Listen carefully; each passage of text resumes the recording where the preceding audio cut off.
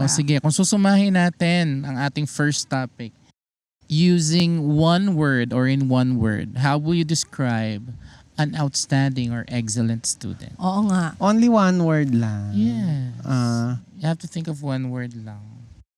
mauna na ako. Okay. Sige. Holistic.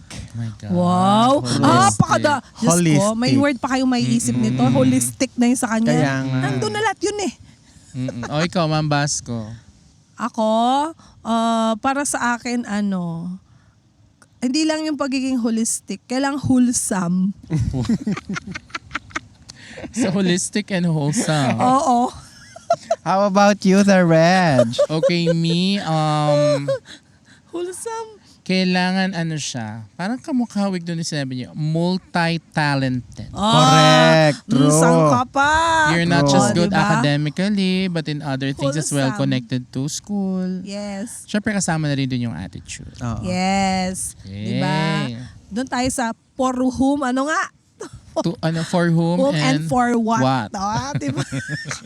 Gusto ko yan. Tsaka message na rin dun sa mga Mm-mm. hindi Ayan, may napili. mensahe daw. Oo. No, hindi napili. Wag na lang sigurong bitter dun sa napili.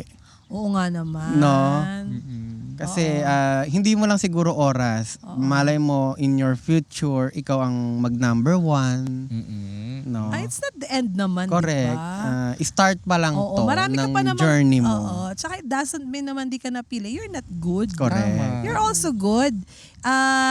Doon lang sa point na kasi na isa lang ang yung kailangan. Hindi Isa naman lang. pwede kasing dalawa So you silang cannot mag-deliver ng speech. Isa lang kasi yung kailangan. Pero it doesn't mean naman na you are not good. You are good also. But yun nga lang, isa lang yung kailangan. So kailangan lang mamili.